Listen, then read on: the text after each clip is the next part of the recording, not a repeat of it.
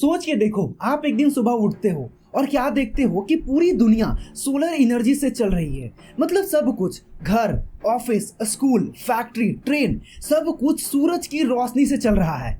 कोई पोल्यूशन नहीं, बिजली का बिल जीरो। ये सुनने में एकदम मस्त लग रहा होगा ना। ये आप पहली बार ही सुनोगे कि अगर 15% ग्रोथ रेट के साथ सोलर और विंड एनर्जी का इस्तेमाल करें तो मिड 2030 के आसपास पूरी दुनिया की इलेक्ट्रिसिटी की जरूरत पूरी हो सकती है।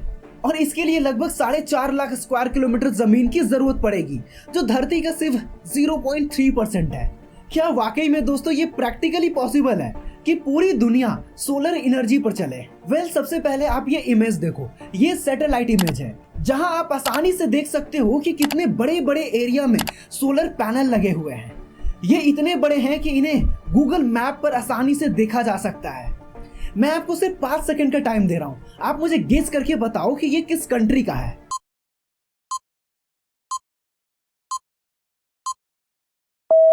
प्राउड फील होगा। ये भारत के राजस्थान के डेजर्ट में लगा हुआ है। राजस्थान में अब तक 30 गीगावाट सोलर पैनल इंस्टॉल्ड हो चुका है, जो इस स्टेट को भारत का सबसे बड़ा सोलर प्रोड्यूसर बना देता है। ये जो पैनल्स लगे हुए हैं ये एक जगह पर नहीं है, बल्कि राजस्थान के अलग अलग रीजन में लगे हैं, खास करके थार डेजर्ट के आसपास। इसके अंदर जो सबसे बड़ा प्रोजेक्ट है वो है भादला सोलर पार्क, जो जोधपुर के आसपास 14,000 एकड़ में फैला हुआ है, जो 2,245 मेगावाट इलेक्ट्रिसिटी बनाता है। इसे Rajasthan renewable energy corporation limited, सूर्य ऊर्जा कंपनी और अदानी ग्रुप ने मिलकर बनाया है। जैसलमेर में भी एक मेगा प्रोजेक्ट है जो 3500 एकड़ में फैला हुआ है और 1.3 गीगावाट के साथ लगभग 5 लाख घरों को इलेक्ट्रिसिटी सप्लाई करता है। इनफैक्ट राजस्थान का जो बिजली का कंजप्शन है उसका 55% सोलर पावर से पूरा होता है। और इवन राजस्थान ने 2030 तक ये टारगेट रखा है कि 500 गीगावाट वो इलेक्ट्रिसिटी बना पाए। अब जैसे अफ्रीका के अंदर जो सहारा डेजर्ट है वो दुनिया का सबसे बड़ा गर्म रेगिस्तान है, जो 92 लाख स्क्वायर किलोमीटर में फैला हुआ है। मतलब चाइना और यूएसए जितना बड़ा है।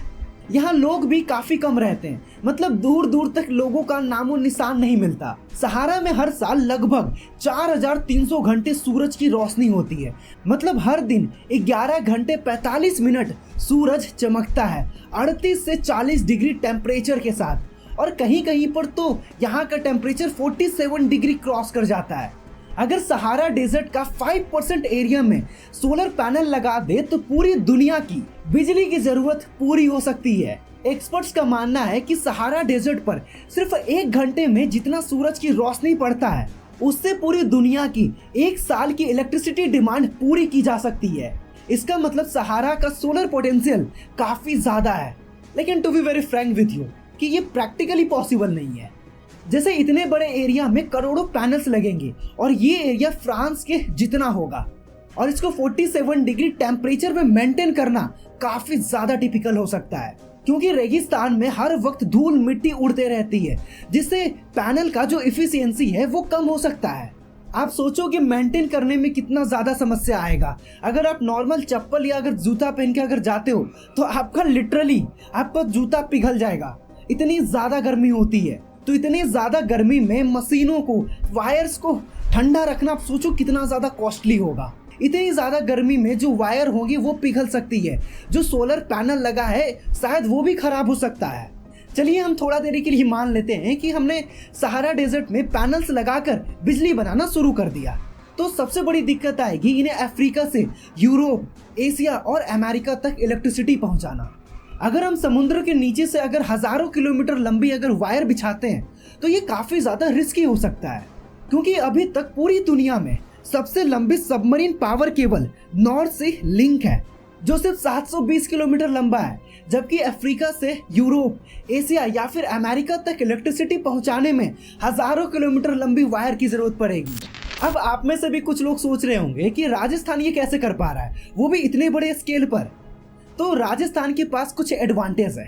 थार डेजर्ट का टेम्परेचर 35 से 40 डिग्री होता है और यहाँ 300 प्लस दिन सूरज की अच्छी रोशनी होती है। आप स्क्रीन पर देखो कैसे रोबोट्स के जरिए सोलर पैनल को साफ किया जा रहा है। और क्योंकि थार डेजर्ट के आसपास कई सारे विलेज हैं तो लोगों का आना जाना लगा हुआ रहता है। अगर खाने पीने की ज़रूरत हो या फिर किसी इक्विपमेंट की ज़रूरत हो तो वो आसानी से अवेलेबल हो जाता है। वैसे है तो ये काफ़ी बड़े एरिया में, लेकिन कई सारी कंपनियां सेपरेटली काम कर रही है, तो चीज़ों को मेंटेन करना आसान हो जाता है। लेकिन इसका मतलब ये नहीं है कि अगर किसी कंट्री या किसी स्टेट के पास थार जैसा डेजर्ट नहीं है तो वो सोलर पैनल का इस्तेमाल नहीं कर सकता। नहीं, ऐसा बिल्कुल भी नहीं है। मैं आपको कोलकाता और चेन्नई का एग्जाम्पल देता हूँ। नेताजी सुभाष चंद्र बोस इंटरनेशनल एयरपोर्ट, जो 2017 से पहले पूरी तरह से ग्रिड इलेक्ट्रिसिटी पर चलता था, हर महीने 6 करोड़ का बिजली बिल आता था, माने हर साल 72 करोड़ रुपए। तो कोलकाता एयरपोर्ट ने सोचा कि क्यों ना एयरपोर्ट के छत और खाली जगहों का इस्तेमाल किया जाए। तो उन्होंने 2017 में टर्मिनल बिल्डिंग के ऊपर 15 मेगावाट का सोलर प्लांट लगवा दिया, और ये सोलर प्लांट एयरपोर्ट के टर्मिनल की बिजली की जरूरतों को पूरा करते हैं। इनका रोजाना का जो जरूरत है वो 10 से 11 मेगावाट का है, जबकि सोलर पावर प्लांट ये 15 मेगावाट इलेक्ट्रिसिटी बना रहा है। जो एक्स्ट्रा बिजली बच जाता है उन्हें ग्रिड में सप्लाई कर दिया जाता है। कुछ लोग सोच रहे होंगे कि ये तो बस बिजली बिल बचा रहा है।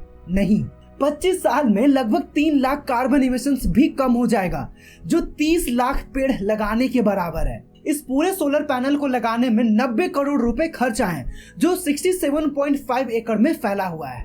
एग्जैक्टली मैं आपको यही समझाना चाहता हूँ कि सोलर प्लांट को किसी एक जगह पर नहीं, सहारा डेजर्ट में नहीं, बल्कि इंडिविजुअली लगाना चाहिए। भारत सरकार भी सब्सिडीज दे रही है ताकि आप अपने घरों में सस्ते दामों पर सोलर पैनल लगा सको, जैसे पीएम सूर्य घर मुक्ति बिजली योजना। मैं आपको एक और अच्छा एग्जांपल देता हूँ सऊदी अरेबिया का। सऊदी विजन 2030 के अंदर सऊदी अरेबिया एक मेगा सिटी बना रहा है $1 ट्रिलियन का। ये पूरा सिटी रिन्यूएबल एनर्जी पर बेस्ड होगा।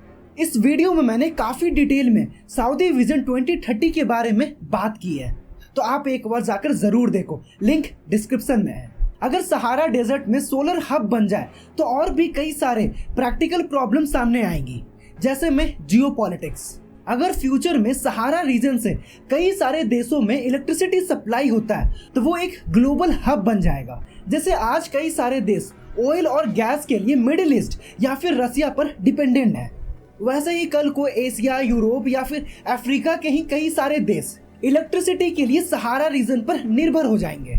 ऐसे में क्या होगा कि उसके आसपास के देश जैसे में लीबिया, इजिप्ट या मोरक्को जैसे देश, उनका ग्लोबल इन्फ्लुएंस बढ़ जाएगा। एक तरह से आप कह लो कि उनका ग्लोबल डोमिनेंस हो जाएगा इलेक्ट्रिसिटी में। अगर कभी पॉलिटिकल इशू या फिर अगर वॉर हो जाता है तो इससे पूरी दुनिया के इलेक्ट्रिसिटी सप्लाई पर इफेक्ट पड़ेगा। जैसे में रसिया और यूक्रेन का वॉर सबके सामने है।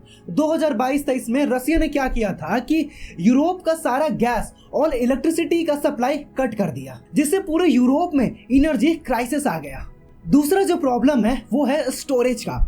आप एक बार फिर से इमेजिन करो कि हमने सहारा डेजर्ट में पैनल लगा दिया और बिजली बनाना शुरू कर देते हैं, लेकिन हम इलेक्ट्रिसिटी को स्टोर कैसे करेंगे? हमें दिन के समय तो बिजली आसानी से मिल जाएगा, लेकिन रात में क्या? इनफैक्ट राजस्थान में जो पैनल्स लगे हैं वो भी बिजली को स्टोर नहीं करते, बल्कि ग्रिड के थ्रू लोगों के घर तक पहुंचते हैं। अभी तक पूरी दुनिया में ऐसी कोई टेक्नोलॉजी नहीं है जो सस्ती और रिलायबल हो, जो इतने बड़े एरिया का जो इलेक्ट्रिसिटी है उसको स्टोर कर पाए। जैसे में लिथियम बैटरी, ये काफ़ी ज़्यादा कॉस्टली होते हैं और इन्हें इतने बड़े एरिया में लगाना प्रैक्टिकली पॉसिबल नहीं है। और तीसरा जो रीज़न है वो है प्रोडक्शन का।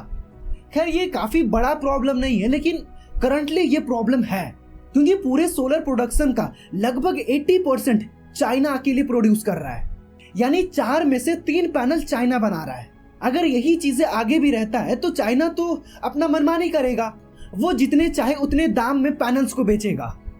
और क्योंकि बाकी कंट्री के पास कोई ऑप्शन नहीं है कि वो खुद भी बना पाए। इनफैक्ट भारत में जो सोलर पैनल इस्तेमाल हो रहा है वो भी चाइना से आ रहा है। 2022-23 में भारत 76% सोलर पैनल चाइना से मंगवाता है। तो जरा सोचिए, अगर पूरा देश अगर एक कंट्री पर अगर डिपेंडेंट होगा तो उसका तो मोनोपोली होगा, वो जितने चाहे उतने में सोलर पैनल को बेचेगा, जब चाहे वो सोलर पैनल का प्रोडक्शन बंद कर देगा।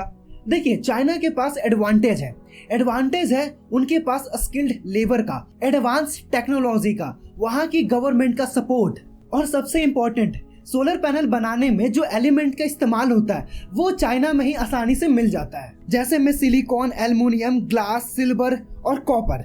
अब चौथा जो रीजन है वो है रिसाइकल का, क्योंकि इन सोलर पैनल का जो लाइफ होता है वो 20 से 25 साल का होता है और 20 से 25 साल के बाद ये उतना प्रॉपर काम नहीं कर पाते हैं। अब जरा सोचिए कि इतने बड़े एरिया में यानी करोड़ों सोलर पैनल वहां से निकल रहे हैं, अगर इन्हें सही से रिसाइकल या डिस्पोजल नहीं किया गया तो ये ह्यूमैनिटी के लिए खतरा बन सकता है। अगर सही से रिसाइकल नहीं करे तो इसमें से निकलने वाले केमिकल पानी से लेकर पूरे इन्वायरमेंट को खराब कर सकते हैं। और अभी करंटली दुनिया में सोलर पैनल को रिसाइकल करने का इंफ्रास्ट्रक्चर उतना स्ट्रांग नहीं है। मतलब हमें डेवलपमेंट के साथ साथ ये भी देखना होगा कि उसका रिसाइकल कैसे करना है, क्योंकि लिटरली जब मैं भारत के फैक्ट्रियों को देखता हूँ ना कि उनका जो वेस्ट है वो यूं ही नदियों में, गंगा में, यमुना में बहा दिया जा रहा है, केमिकल को यूं ही हवा में छोड़ दिया जा रहा है, तो एक क्वेश्चन रेज हो जाता है। फ्यूचर में एक ऑप्शन और होने वाला है, वो है वाटर बॉडी के ऊपर पैनल्स लगाना।